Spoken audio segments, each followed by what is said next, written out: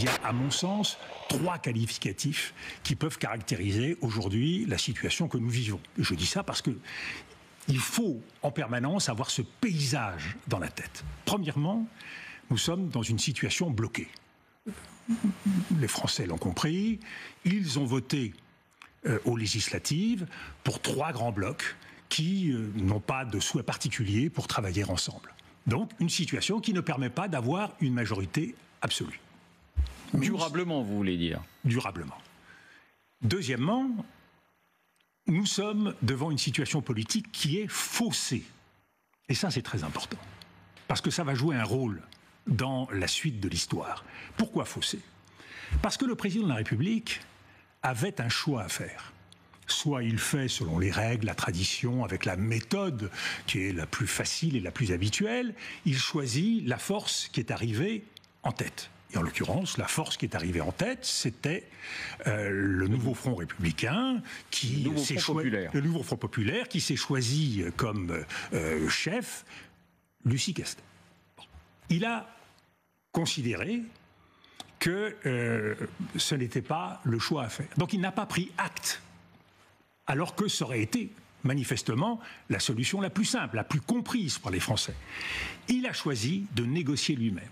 Il a choisi de s'engager de façon à lui-même déterminer, plus ou moins directement en liaison avec les groupes parlementaires, ce qui était susceptible d'être le meilleur scénario pour durer. Il a eu tort? Alors, je pense qu'il a eu tort. D'abord parce qu'il y a une prise de risque inutile. Deuxièmement, je pense qu'on a toujours intérêt dans la vie à faire les choses dans l'ordre. Vous imaginez la frustration des gens de gauche au sortir des élections. Donc, il a choisi lui-même d'aller jusqu'au bout. Le résultat, c'est qu'il a fait des choix par élimination. Il a éliminé M. Cazeneuve, il a éliminé M. Bertrand. On comprend qu'il a éliminé le nouveau Front populaire parce qu'il estimait que le risque était trop fort. Qu'il n'y aurait pas de majorité. Il élimine de la même façon M. Cazeneuve en mettant en avant l'idée d'un risque d'instabilité et là encore qu'il n'y ait pas de majorité. La vraie question qu'on peut se poser, c'est est-ce qu'il élimine parce qu'il a peur qu'il ne parvienne pas à former un gouvernement ou parce qu'il a peur qu'il réussisse, c'est-à-dire mettre en place une politique qui aurait détricoté la sienne. Quelle est votre réponse? Je pense que le président de la République a des lignes rouges et que politiquement, il ne prend pas acte du résultat des législatives et qu'il continue à se battre sur son bilan avec le souhait de la continuité. Vous parlez de la réforme des retraites, par exemple. Oui, et de tout le reste. Et c'est ça qui va être intéressant avec Michel Barnier. Vous voyez, Michel Barnier, il a été déjeuner aujourd'hui avec le président de la République. Rien n'y oblige. Il n'a pas de gouvernement. Rien n'oblige aujourd'hui à aller déjeuner avec le président. Pour parler de quoi? Et là, je pense qu'il faut une transparence vis-à-vis des Français. Est-ce que c'est vraiment nécessaire à ce stade? Il a d'autres choses à faire, Michel Barnier, pour le moment. Et donc, il est très important que le réglage entre l'Élysée et Matignon se clarifie. Mais je termine sur la situation qui est aujourd'hui faussée par ces choix faits par le président de la République. Le résultat, c'est que Michel Barnier est appelé et que nous sommes aujourd'hui dans une situation inouïe sur le plan de la démocratie. Pourquoi? Voilà Michel Barnier, issu d'un parti, les Républicains, qui a fait 5,4% au premier tour des législatives, qui a 47 députés, qui est soutenu, avec des conditions, par le parti présidentiel. Parti présidentiel qui a été rejeté et battu par les Français. Et il est soutenu, là encore avec beaucoup de bémols et sous surveillance, du Rassemblement national, qui a été rejeté par les 2/3 des Français au second tour des législatives, même si cela a été la première force au premier tour. Donc vous voyez que nous sommes dans une situation qui est quand même un peu curieuse.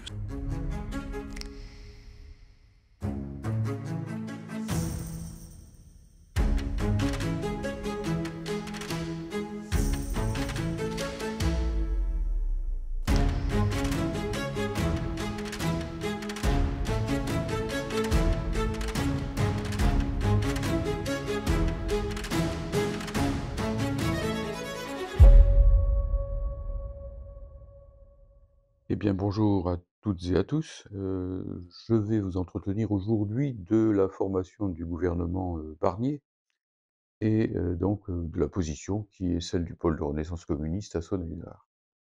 Alors cette nomination du gouvernement Barnier, enfin, en tout cas du Premier ministre qui va tenter de former un gouvernement, est un pur scandale.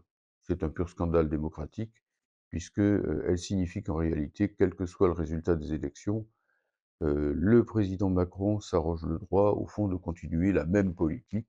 Il cherche simplement il fait son équipe en quelque sorte, il cherche à voir comment continuer la même politique sans tenir compte du message des urnes, qui a été très clairement, quel que soit le vote des Français, pour un changement, pour une rupture, et en particulier pour une rupture sur la question de la réforme des retraites et plus globalement sur la question, du progrès social, du pouvoir d'achat, en quelque sorte. Mais, ce scandale démocratique n'est pas seulement, comme on le dit trop souvent, un effet de l'arrogance macronienne, même si elle existe, elle est, surtout un effet de la situation politique et notamment, du degré d'impuissance auquel sont arrivées les classes dominantes dans ce pays, l'oligarchie financière en particulier, dont Macron est un éminent représentant. En effet, on voit bien que dans ce pays, il y a ce que les marxistes appellent une crise du consentement. Le consentement populaire est indispensable en temps, long, si l'on peut dire, pour que la classe dominante puisse exercer son pouvoir de manière pas trop, violente, pas trop brutale et sans susciter, au fond, les protestations de tous les côtés et pour finir la révolution. Elle a besoin à la fois, comme le signalait Gramsci, d'un appareil d'État qui lui assure la coercition par la police, la justice et ainsi de suite, mais elle a besoin aussi d'imposer, un certain consentement. Il faut que les classes dominées acceptent un certain degré de ce que la Boétie appelait une servitude volontaire. Or, ce consentement est en crise, il est en crise grave. J'ai écrit un petit livre qui s'appelle «Marianne ne consent plus» ou «Marianne ne consent pas». Marianne, c'est la République, mais c'est le peuple français et on voit que depuis maintenant, des décennies en fait et de plus en plus depuis, la dernière période, le peuple français ne consent plus à la politique qui lui est brutalement imposée. Il y a d'abord eu le non à la Constitution européenne en 2005, non qui a été, grossièrement violé par messieurs Sarkozy et Hollande coalisés en 2018 quand ils ont fait adopter le, traité de Lisbonne, qui est la copie conforme du traité constitutionnel européen que le peuple français avait rejeté à 55 des voix. Il y a eu ensuite, la révolte massive de la jeunesse contre le CPE l'année suivante, c'est-à-dire contre la précarisation générale. Il y a eu toute une série de luttes sur les retraites qui ont été chaque fois plus impressionnantes que la fois précédente et la dernière tout récemment encore.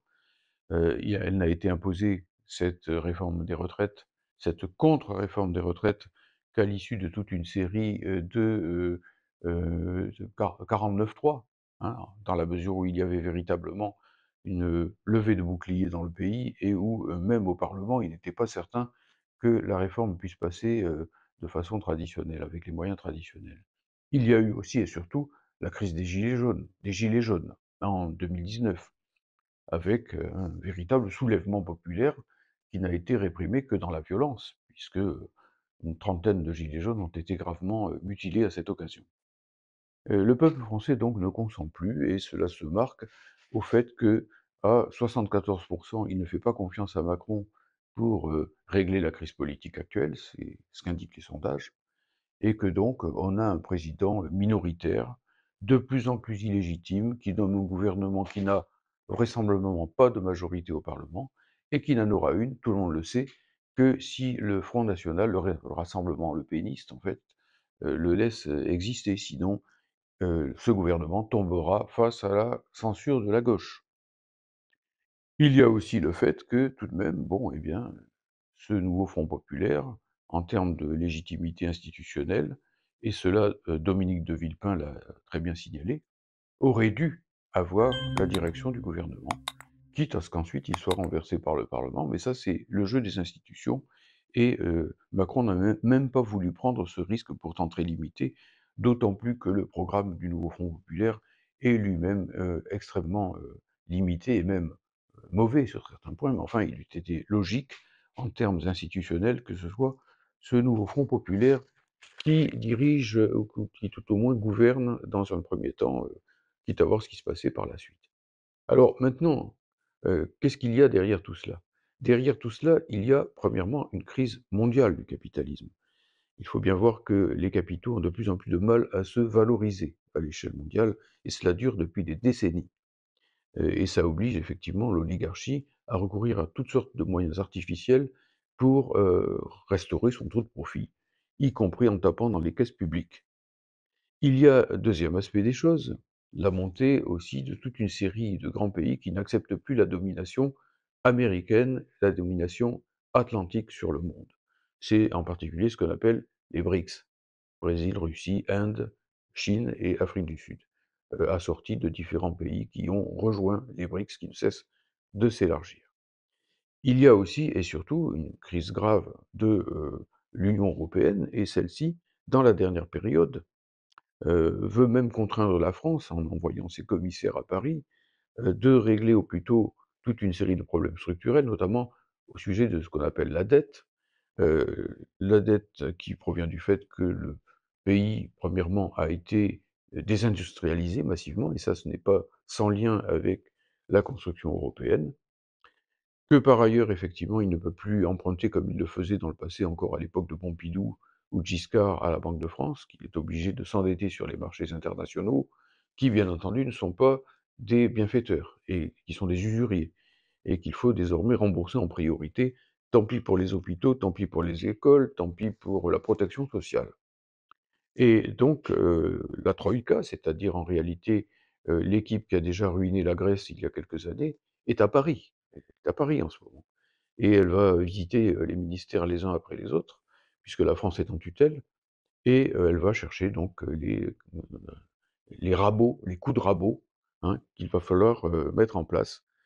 Notamment, il est question de 110 milliards d'euros en 3 ans, qu'il faut trouver absolument pour rembourser les marchés financiers, et surtout pour, à l'arrière-plan, c'est structurel, restaurer la crédibilité de l'euro. Parce que si un grand pays comme la France est durablement, endetté, eh bien, c'est l'euro, la monnaie unique, et derrière aussi, eh bien, l'Allemagne, puisque l'euro est une sorte de succédané du Deutsche Mark, qui sera en cause. Donc le programme, on le connaît déjà. Il y a aussi, et je termine là-dessus parce que c'est le plus grave, les exigences de l'OTAN, qui, dans la perspective de ce qu'elle appelle un conflit global de haute intensité, veut absolument que chaque pays, de l'OTAN augmente son budget de 2 de 2 du PIB, ce qui est énorme quand on y réfléchit.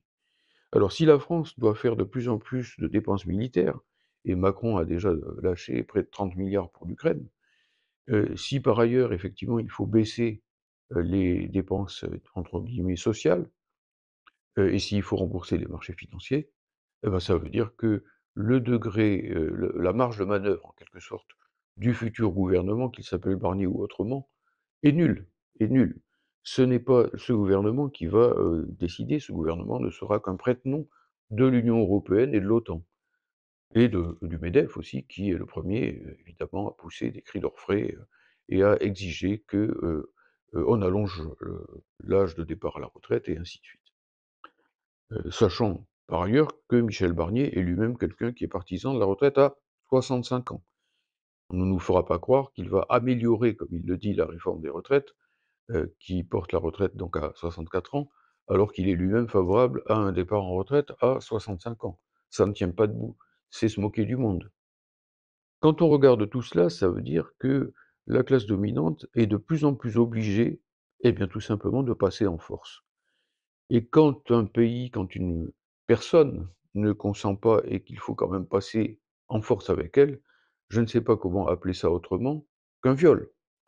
Il s'agit donc de violer le peuple français, de le violer comme il a déjà été violé à l'époque, où le non à la Constitution européenne a été grossièrement bafoué, à l'époque où les gilets jaunes ont été sévèrement réprimés, et maintenant donc à l'époque où le vote des législatives est, totalement détourné.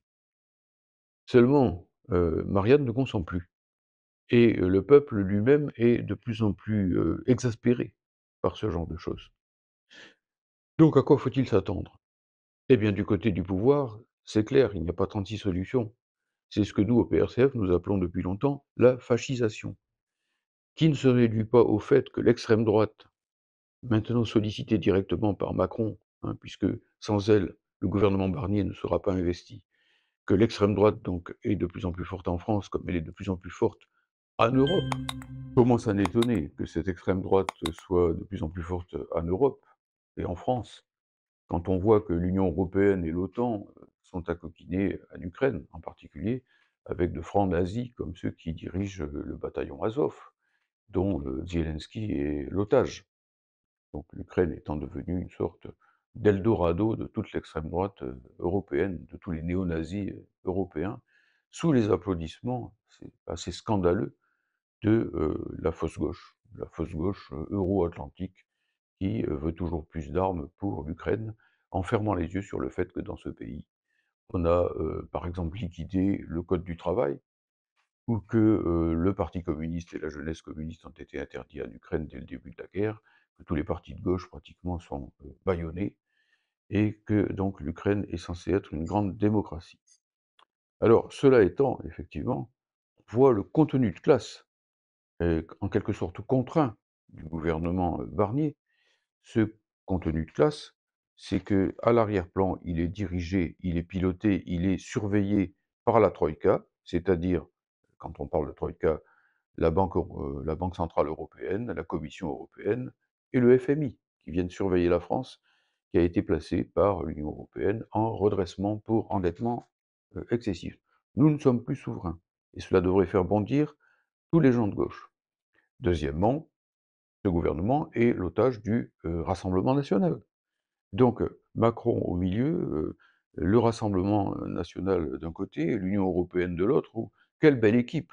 Quelle belle équipe pour redresser le pays, effectivement, et pour en réalité mener une guerre de classe contre le monde du travail, mettre en place vraisemblablement le sceau fédéral européen, ce qu'ils appellent ainsi, c'est-à-dire le fait que la France va prochainement se dissoudre avec les autres pays européens dans un État fédéral européen atlantique qui sera supervisé par Washington et qui sera en réalité dirigé, piloté à l'intérieur de l'Europe par Berlin, hein. Voilà donc en gros la tâche qui sera celle de ce gouvernement.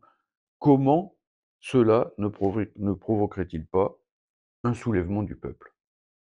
Ils le savent, ils ont peur de ce peuple français. Ils savent que le peuple français, malgré le décervelage dont il est l'objet en permanence sur tous les plans, reste un peuple frondeur, dont les traditions sont quand même celles de la Révolution française, de la Commune de Paris, du Front populaire et d'autres éléments, événements de ce genre qui parsèment notre histoire.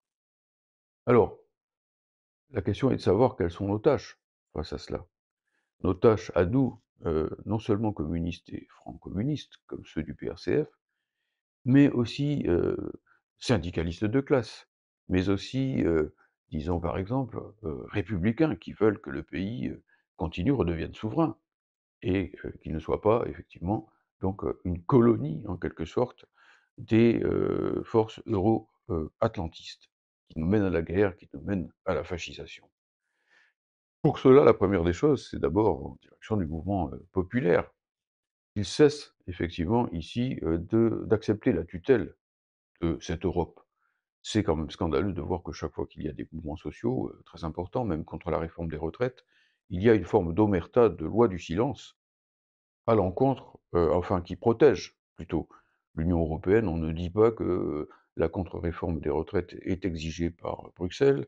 On ne dit pas que les dépenses de santé sont sans arrêt, disons, dénoncées par Bruxelles, et ainsi de suite. Il ne faut pas dire tout cela, parce que les directions syndicales sont euro-formatées, elles sont prisonnières de la Confédération européenne des syndicats, dont elles sont membres ou auxquelles elles sont apparentées, sinon affiliées. Il faut ensuite évidemment que, eh bien, nous nous dressions, nous, les salariés, nous, le peuple français, parce que les salariés, c'est 90 de la force de travail en France. Nous, les paysans aussi, comme on l'a vu l'an dernier, que nous nous dressions contre cette politique qui détruit notre pays, et pas seulement pour l'abrogation pure et simple de la réforme des retraites, mais pour l'abrogation de toutes les contre-réformes, pour la suspension de toutes les contre-réformes qui sont en cours. D'une manière ou d'une autre, elles sont rattachées à cette construction européenne, elles détruisent l'éducation nationale, elles détruisent l'hôpital, elles détruisent la SNCF, qui est en voie, enfin le rail français qui est en voie de privatisation, elles détruisent l'EDF, et je pourrais continuer comme ça cette énumération sinistre. Elles détruisent aussi indirectement la langue française, je le signale, c'est un point important, très sous-estimé à gauche, puisque désormais, de plus en plus, l'anglais devient la seule langue de travail des institutions européennes, ce qui est même une trahison des traités européens. Alors, voilà, par rapport à tout cela, il faut exiger une sorte de remise à zéro des compteurs. On ne peut pas continuer comme ça, notre pays est détruit, disons, de façon globale, et il faut riposter donc de façon globale. C'est cela que nous appelons le tous ensemble, en même temps. Ça, c'est la première des choses et il faut y travailler ardemment. Les syndicalistes de classe, qui ne doivent plus rester dans l'ombre, en gros, des directions confédérales, ont une responsabilité importante. Ils doivent prendre leur autonomie par rapport à ça. Je le dis avec d'autant plus de légitimité que je suis moi-même, toute ma trajectoire le prouve, un syndicaliste. Et la deuxième chose, c'est la reconstruction des outils. Outils communistes, en particulier. Tant qu'il y avait en France un puissant parti communiste, on ne pouvait pas détruire le pays parce que le parti communiste français, eh bien, tenait les 2 bouts de la chaîne, défendait à la fois le monde du travail, l'émancipation sociale et aussi, l'émancipation nationale, l'indépendance nationale. Cela n'existe plus, il faut reconstruire un vrai parti communiste, combatif, que n'est plus, malheureusement, le parti de Fabien Roussel, dont on voit, enfin, c'est quand même assez, triste pour les militants communistes, y compris ceux du PCF, que Macron, que Édouard Philippe et que bien d'autres, l'invitent à participer au gouvernement alors qu'il diabolise la France insoumise. C'est une insulte, mais elle est quelque part méritée pour Fabien Roussel, hein, quand les, gens de droite, comme ça, invitent le PCF à entrer dans un gouvernement, d'union nationale qui aurait pour but de massacrer encore un peu plus le pays. Donc nous avons besoin de la reconstitution, de la reconstruction d'un véritable parti communiste dans ce pays et c'est, ce à quoi travaille le, pôle Renaissance communiste en France et les Jeunes pour la Renaissance communiste en France. C'est urgent, c'est nécessaire, s'il n'y a pas de reconstruction communiste, il n'y aura pas de reconstruction du pays et la reconstruction du pays, évidemment, pour nous, de plus en plus, étant donné que la bourgeoisie, détruit la France, eh bien, cela signifie qu'il faut s'orienter vers le socialisme et que la reconstruction de la France est, indissociable, d'une nouvelle marche de notre pays, sous la direction du monde du travail, vers le socialisme. Voilà ce que je voulais dire pour cette, rentrée politique. Et nous avons des marges, très importantes comment dirais-je? D'offensive devant nous et nous devons les occuper. La classe bourgeoise n'est pas si à l'avantage qu'on le croit. Quand on en est à racler les fonds de tiroir comme cela, en allant chercher, ce vieux cheval de retour de l'Union européenne qu'est, Barnier pour diriger le gouvernement, c'est qu'on n'a plus grand chose dans son sac. Alors, eh bien, soyons clairs sur le plan politique et surtout soyons offensifs sur le plan social. Je vous remercie de votre attention.